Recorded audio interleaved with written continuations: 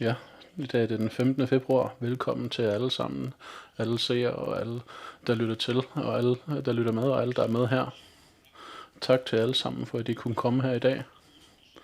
I dag skal vi fremlægge lidt omkring vaccinationsprocessen.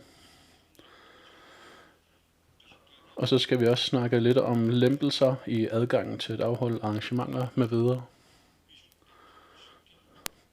Det forholder sig sådan, at når det kommer til indrejse uden fra landet, så er det vi har at sige nu til det her emne, det er, at når vi sammenligner, når vi ser på de lande, vi normalt sammenligner os med, så kan vi se, at udviklingen inden for corona, den er ændret. Det forholder sig sådan, at sygdomsbilledet ser anderledes ud nu. Der er en ny coronavariant, som kommer fra England, som udbreder sig meget hurtigt, og det samme er tilfældet for den afrikanske variant. Og den engelske variant,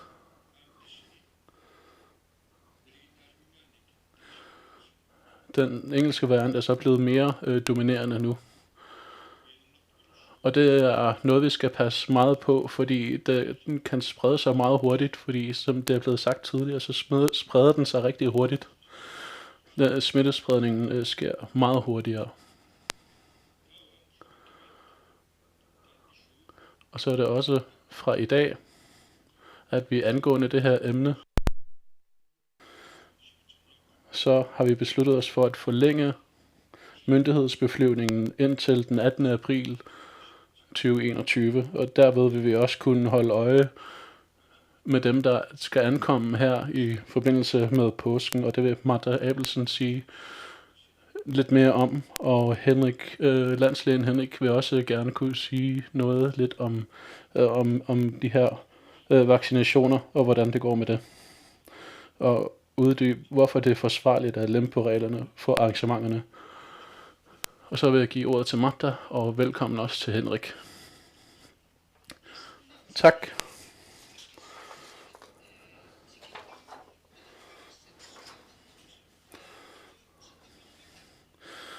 De her restriktive indrejseregler,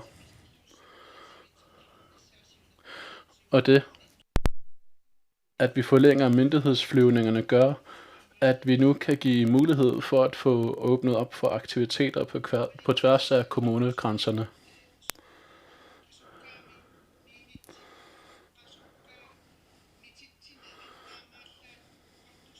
De her lempelser kommer så kun til at være gældende, så længe at der er begrænsninger af indrejsningerne ved hjælp af de her myndighedsflyvningerne, altså til og med 18. april 2021.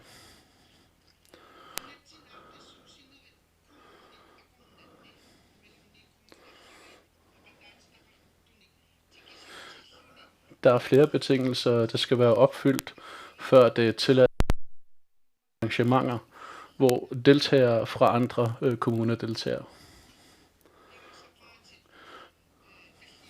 Der er 5 betingelser, som skal være opfyldt. Den første betingelse er, at arrangementerne kun må afholdes i følgende byer, og det er Ilulissat, Asiat, Qasigiannguit, Qeqertarsuaq, Kangerlussuaq, Maniitsoq, Sisimiut, Nuuk, Paamiut, Narsaq, Narsarsuaq og Qaqortoq.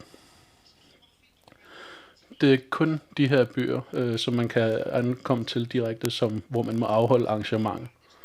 Den anden betingelse er, at 30 dage inden arrangementet afholdes, så må der ikke være konstateret smitte i den by, hvor arrangementet afholdes. Den tredje betingelse er, at hvis der deltager flere end 50 personer i et arrangement, så skal det være godkendt af lenslægeembedet. Hvis man nu eksempelvis er tilskuer til et sportsarrangement, er man også en deltager i arrangementet.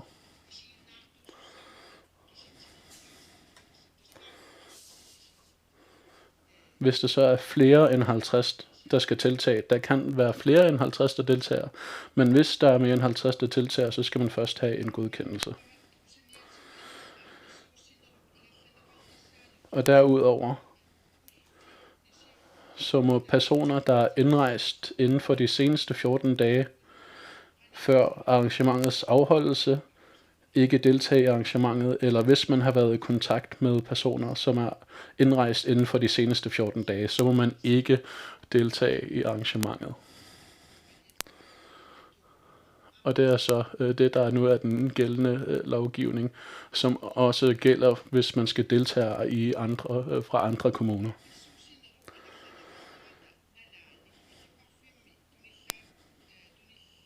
Hvis der så bliver konstateret smitte i en by, mens der afholdes et arrangement, så skal deltagerne testes negativ for corona, før de må rejse hjem.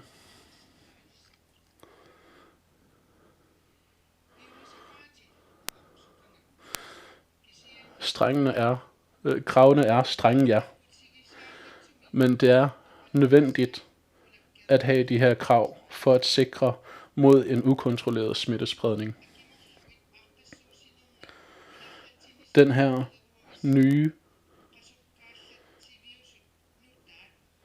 nye midlertidige lempelse af reglerne for afholdelse af arrangementer på tværs af kommunegrænser vil træde i kraft i morgen. Det forholder sig sådan, at vi udsender en pressemeddelelse i dag, hvor der bliver redegjort mere udførligt for de særlige betingelser, der skal være opfyldt for at kunne afholde et arrangement med deltagelse af personer fra andre kommuner.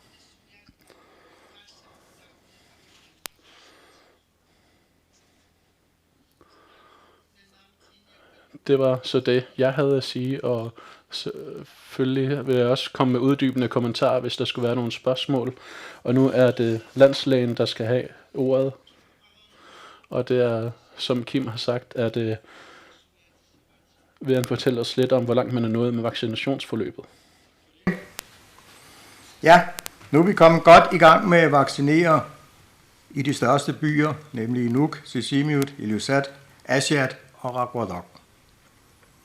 Der er nu over 3.400 fortrinsvis ældre borgere, der har fået den første vaccine. Over 1.000 har allerede fået den anden vaccine. Der har været travlhed i sundhedsvæsenet for at nå så langt, og det er på alle måder meget tilfredsstillende, fordi det er gået godt. I denne uge fortsætter vaccinationerne så. Lidt senere i dag sejler et af forsvarets skibe fra Nuuk og mod syd. Det er et vaccinationsteam fra sundhedsvæsenet og landslægeembedet, der er ombord. Tirsdag den 16. februar vil de vaccinere de ældre i Pamiut. På onsdag vil alle over 16 år i Qeqertarsuaq blive tilbudt at blive vaccineret. Det er fordi, det er en bygd, og der har vi som mål, at alle skal vaccineres på én gang. Det vil også gøre sig gældende i andre bygder. På fredag vil der så komme en opsamlingsdag i Nuuk, og i næste uge vil der så starte yderligere revaccinationer nogle af de steder, hvor der kun er blevet vaccineret én gang indtil nu.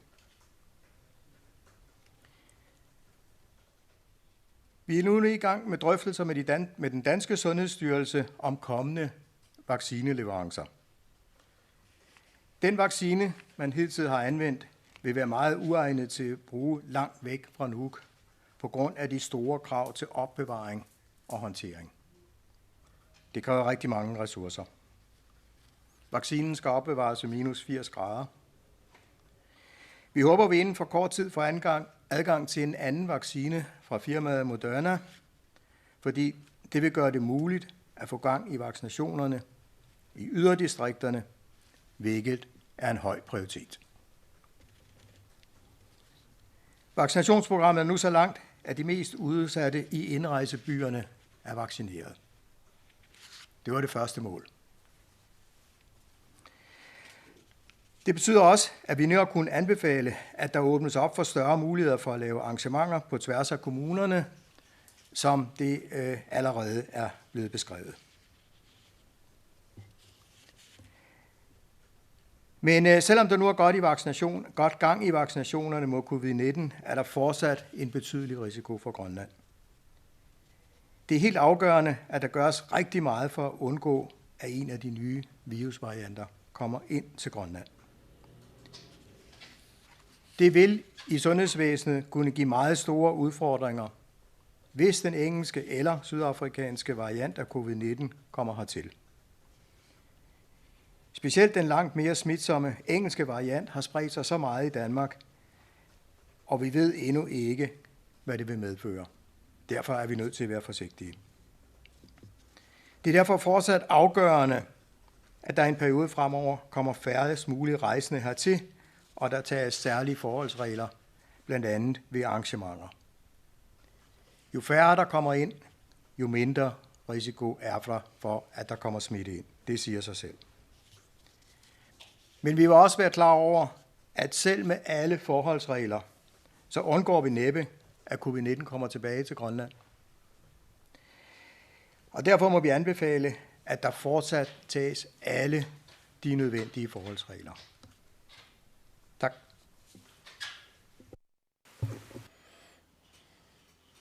Ja, tak til Henrik og Martha.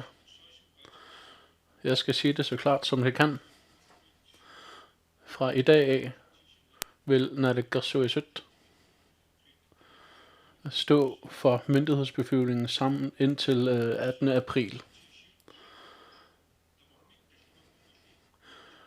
Og det har samtlige partiledere fået oplyst siden i fredags, og det har de udvist forståelse for. Og med hensyn til de forskellige ting, som Martha har oplyst omkring, så skal jeg sige, at samtlige partiledere har fået de her oplysninger siden i fredags, og de er også enige i de her ting.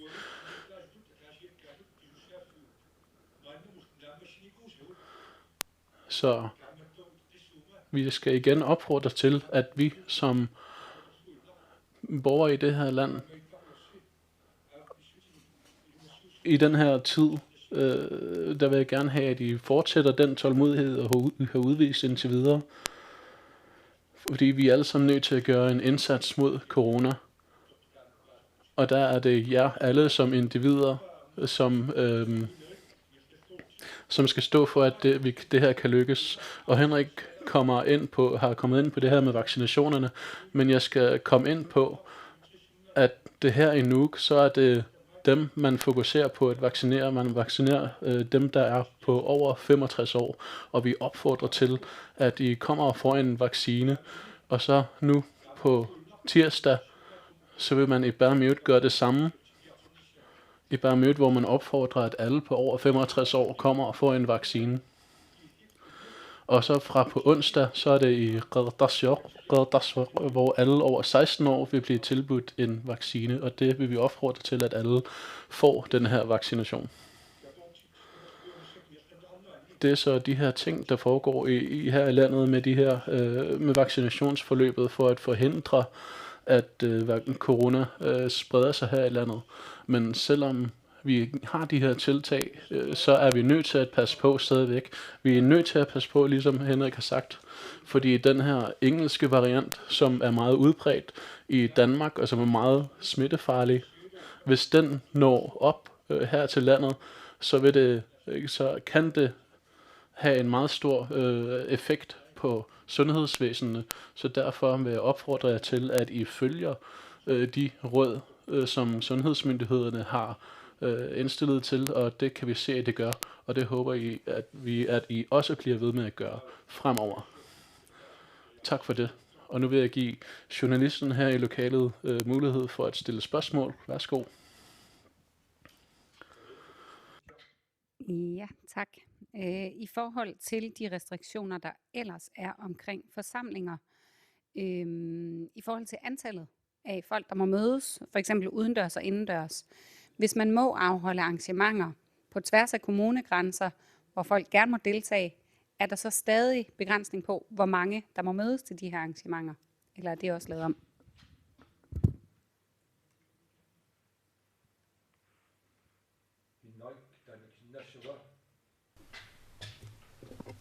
Nej, der er ikke nogen ændringer ud over det, som er blevet nævnt af Martha.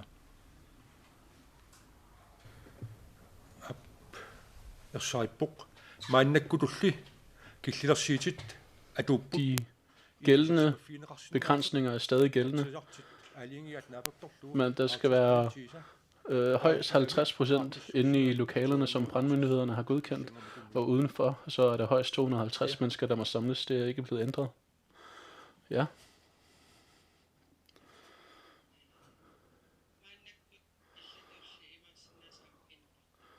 Nu kan det være, at der som for eksempel det er tilfældet andre steder, så er der måske nogen, der forbereder sig på, hvad de skal i ferien til sommer. Hvordan forholder det sig med at kunne rejse? Vil man kunne rejse her i løbet af op til sommeren? Vil der være begrænsninger på det?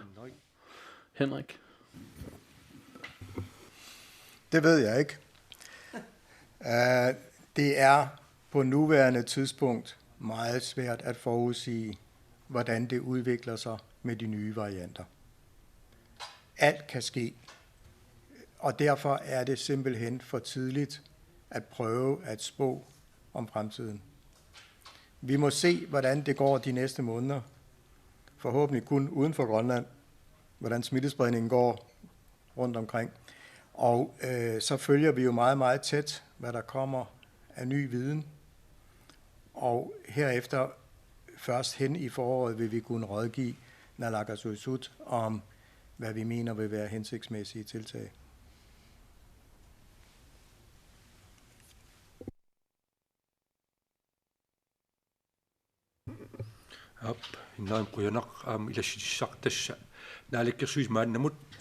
Indtil nu, så vil opretholde de her krav indtil den 18. april, og så skal vi se, hvordan det står til med hensyn til oplysningerne til den tid. Og som vi har sagt siden starten af, så kan der vi tage tiltag fra dag til dag. Så indtil vi det ser klar ud, så skal vi slå os med tålmodighed an, og så skal vi se, hvordan tingene udvikler sig. Så jeg skal opfordre til, at vi stadig væbner os med tålmodighed, indtil vi får nogle flere og nye oplysninger. Og så er det Merete. Der er kommet en udmelding fra Danmark om, at de regner med at have vaccineret alle den 27. juni. Vil det kunne få nogle ændringer for os, hvis det rent faktisk er tilfældet i forhold til rejserestriktioner?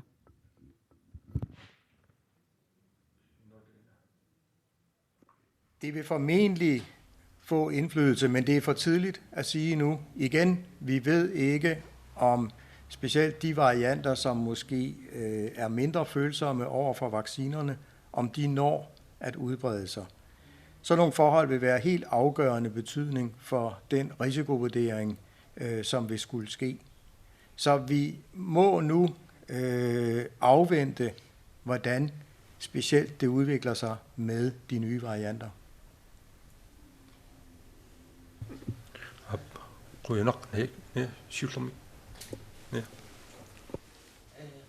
Der vil have ordet, ja.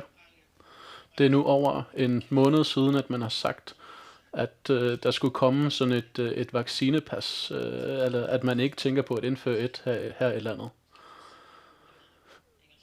Med hensyn til, at man nu har haft de her vaccinationer kørende i et stykke tid, er der så kommet nye tanker omkring at indføre et vaccinepas her i landet. Har man planer om det? Så er det Henrik. På nuværende tidspunkt har vi ikke kommet med nogen anbefalinger til Naalakkersuisut om at indføre vaccinepas. Og det skyldes, at vi ikke ved, hvad vi skal bruge dem til. Fordi vi ved stadigvæk ikke, om de vaccinerede stadigvæk kan bringe smitte med sig.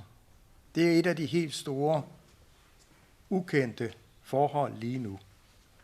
Og derfor kan man ikke bruge et vaccinepas til noget på nuværende tidspunkt.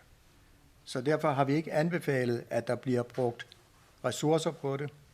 og vi prioriterer vores ressourcer på de væsentlige ting lige nu, nemlig blandt andet, at der skal ydes en meget stor indsats for at vaccinere alle i Grønland. Nok lidt sjovt. Maritim tunnin jeg danner bange tjapatjen.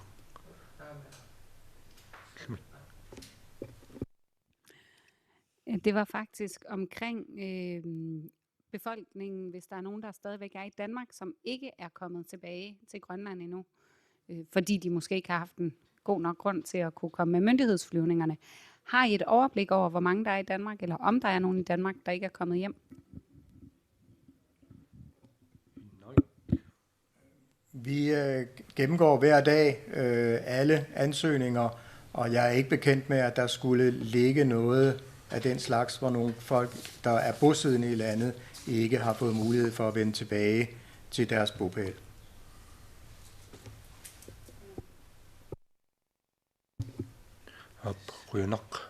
Ja, tak for det. Der ser ikke ud til at være flere spørgsmål fra journalisterne.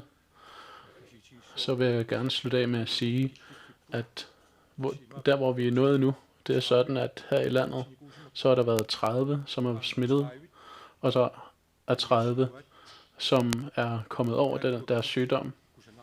Det er meget flotte tal sammenlignet med andre lande.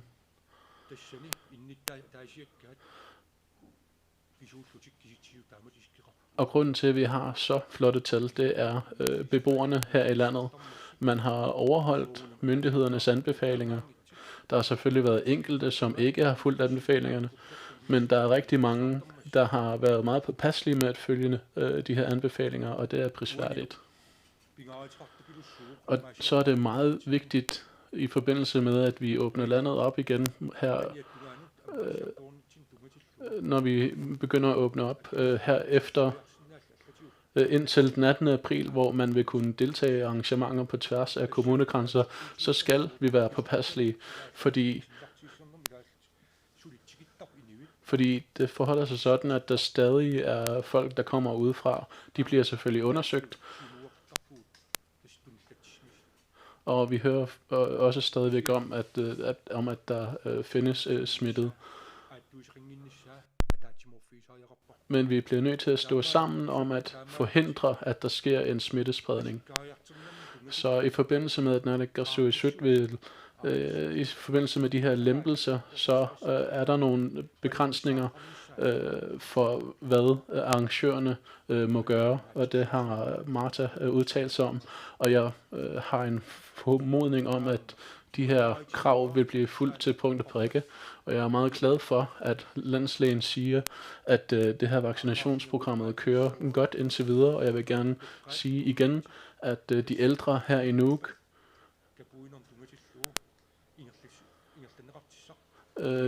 de er på et program, som kører indtil på fredag, hvor alle over 65 år kan få en vaccine.